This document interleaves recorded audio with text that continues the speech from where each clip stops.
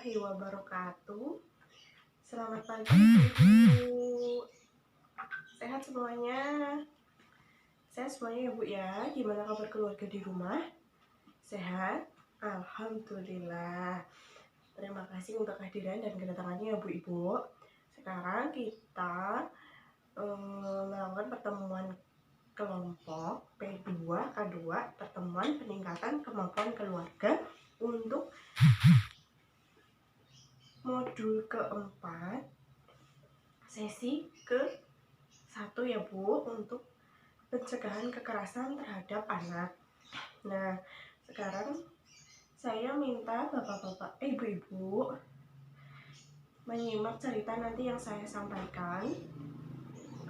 Kemudian nanti dengerin ya Bu ya, disimak, didengarkan nanti apa yang saya sampaikan. Saya tanya Ibu satu per satu.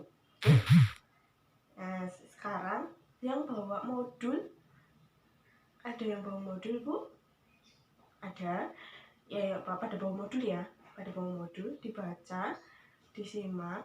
Atau mungkin gini, ada yang membantu saya membacakan modulnya? Boleh? Ya, boleh Bu Ani, silakan. Ya. Cerita anak tidak mau sekolah. Ya. Di buku pintar halaman 22 Bu. Ya, betul. Ya. Silakan dibaca.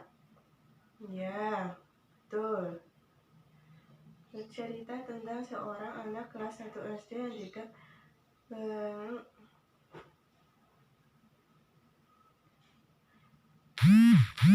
ya gini, daripada gini ya, karena suaranya Bu Ani pelan, jadi saya yang bacakan aja nggak apa-apa. Gimana? Ya, gini.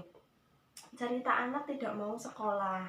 Kisah ini bercerita tentang seorang anak kelas 1 SD yang tidak mau berangkat sekolah. Dia bernama Nina, anak dari Ibu Eda. Suatu hari, Nina menangis terseduh-seduh di depan rumahnya karena tidak mau berangkat sekolah. Di saat Nina sedang menangis, seorang ibu bernama Ibu Ati bersama anaknya berjalan melewati dan menghampiri Nina. Sebagai tetangga, Ibu Ati berusaha menenangkan Nina dan mengajak Nina pergi sekolah bersamanya. Namun, di saat Ibu Ati sedang berusaha mendiamkan tangisan Nina, tiba-tiba Ibu Eda datang. Keluar dari rumahnya dengan wajah marah. Ibu Eda memang tampaknya tidak terima dengan sikap Ibu Ati. Dia marah-marah pada Ibu Ati. Ibu Eda menganggap perbuatan Ibu Ati tersebut telah ikut campur dalam urusan keluarganya. Sebuah kata yang pedas meluncur dari mulut Ibu Eda. "Hei Bu Ati, ngapain ngurusin anak orang? Urus anak saja. Urus anak kamu sendiri aja." Ibu Eda pun segera menarik Nina masuk ke dalam rumahnya dengan terus memarahi anaknya tersebut. Dan Ibu Ati hanya termenung. Dia hanya bisa mengelus dada sambil hatinya bertanya, apa yang harus dilakukan melihat perbuatan Ibu Eda yang sering memarahi bahkan memukul anaknya itu. Itulah akhir yang cerita yang harus kita renungkan. Apa yang harus kita lakukan menyaksikan perbuatan seorang ibu yang sering melakukan kekerasan terhadap anaknya? Nah, gimana ibu-ibu sudah menyimak semuanya ya cerita yang saya bacakan? Jadi gini, intinya ceritanya kayak gini Bu. Ada anak namanya Nina, gak mau sekolah Bu. Gak mau sekolah, dia tuh nangis terus di depan rumah. Di depan rumah dia nangis. Terus ada tetangganya Ibu Ati. Ibu Ati pas mau nganterin anaknya. Terus tiba-tiba Ibu Ati datang. "Nina, kenapa gak mau sekolah? Ayo sekolah sama anaknya namanya nggak ada ya, di sini nggak ada dijelaskan ya. Pokoknya Ibu Ati sama anaknya, ayo berangkat bareng gitu kan ya Bu." Terus tiba-tiba Ibu Eda datang. "Apa Ibu Ati ngurusin anak orang, ngurusin anak sendiri?" Sambil habis itu si Ninanya ditarik sama Ibu Eda sambil dimarahin. Terus-terusan dimarahin. Nah, Ibu Ati cuma bilang, gimana ya caranya, kok orang tua kayak gitu sering marahin anaknya gitu Bu, jelas nggih? Nah, sekarang saya tanya, di tempat jenengan ada enggak yang seperti itu? Oh ya, ibu ibu siapa? Ibu Bonikam. Oh, ibu Bonikam. Gimana bu? Iya. Oh, persis seperti itu kejadiannya.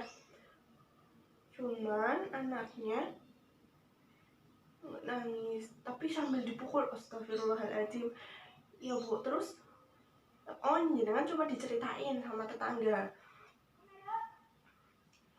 Iya, seperti itu.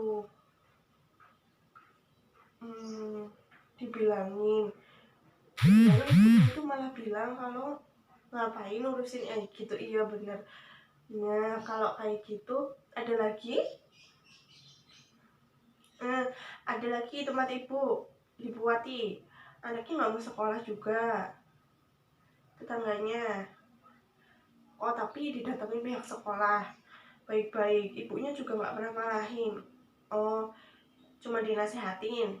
Iya bagus kalau kayak gitu, benar kalau yang kayak gitu. Nah kayak gini bu-ibu, sikap yang dilakukan tadi oleh tetangganya ibu Bunigem itu, kalau sebagai orang tua jenengan seperti itu gimana? Betul apa salah? Salah apa salah? Salah ya ibu-ibu, salah ya. Yang betul itu malah tadi tetangganya ibu Wati, benar, dia menasehati, ya menasehati anaknya pelan-pelan, kemudian mengajak dari pihak sekolah untuk mendekati anaknya biar mau sekolah lagi. Ya kalau tetangganya Bonike malah memarahi, memukuli, itu akan lebih berdampak, anaknya menjadi ketakutan, menjadi trauma, menjadi apa bu? Menjadi lebih takut untuk sekolah. Harusnya yang dilakukan sama seperti tetangganya ibu Wati. Jadi pelan-pelan, pelan-pelan didekatin biar anaknya mau sekolah. Nah, selain itu kita sebagai orang tua itu harus bisa memahami perkembangan tumbuh kembang anak ibu-ibu.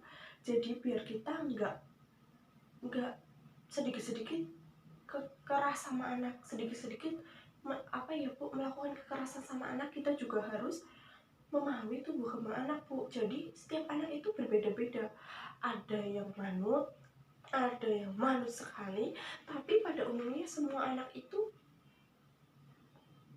punya karakter masing-masing. Jadi kita juga sebagai orang tua harus menjadi pendengar yang baik.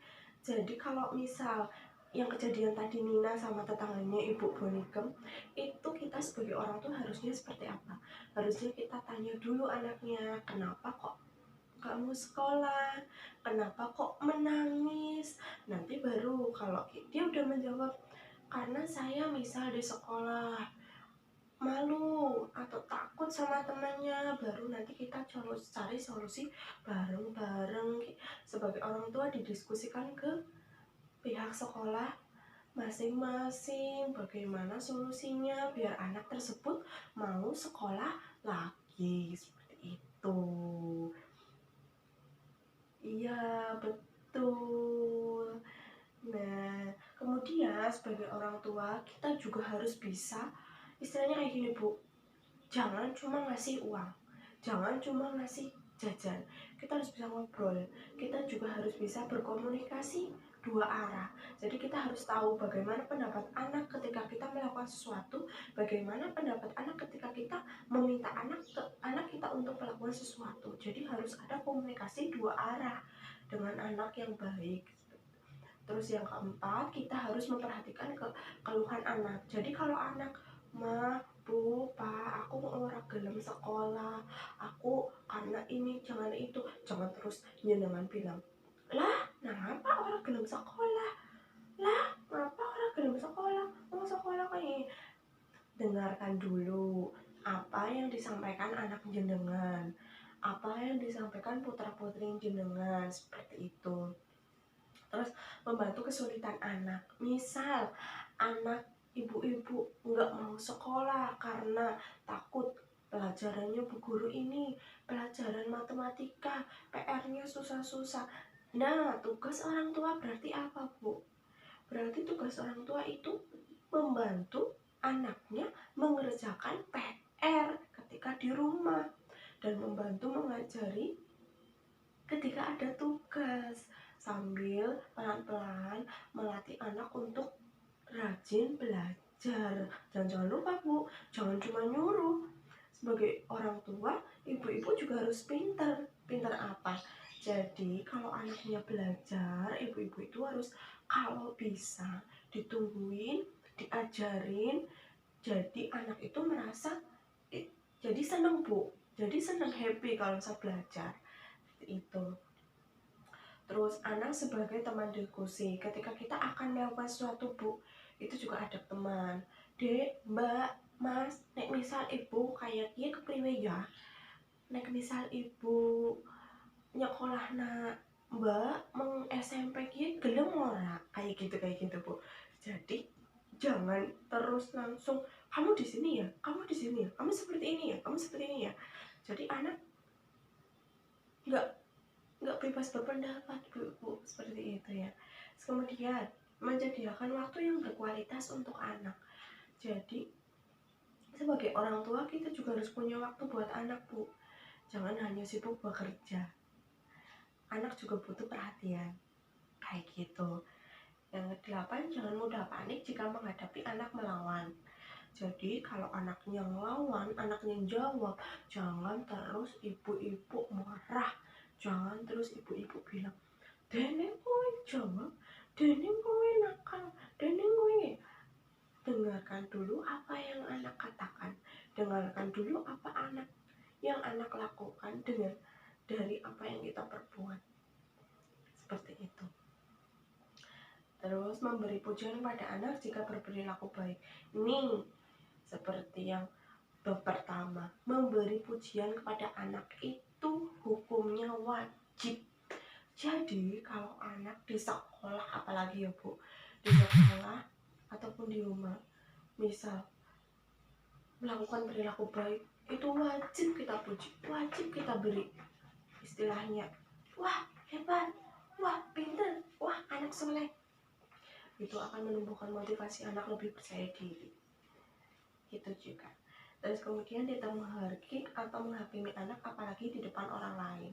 Jadi kalau anak bapak sama ibu nakal atau manu, kalau misal mau memarahi itu jangan di depan umum, jangan di depan orang banyak, karena anak akan manu, anak akan menjadi istilahnya marah sama ibu.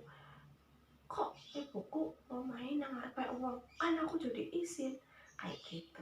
Jadi ibu-ibu itu yang hal-hal yang dapat mencegah kekerasan terhadap anak di dalam keluarga. Dan ingat ya ibu, dari cerita anak tidak mau sekolah itu kita dapat menyimpulkan kalau ibu-ibu di rumah sebagai orang tua, nanti sampaikan juga sama bapak di rumah ya Bu ya, sebagai orang tua kita jangan melakukan kekerasan kepada anak. Ya, paham ya ibu-ibu? Terima kasih. Demikian untuk sesi yang hari ini. Terima kasih untuk kedatangannya. Sekali lagi kita tepuk semangat ya Bu ya. Tepuk semangat. Semangat.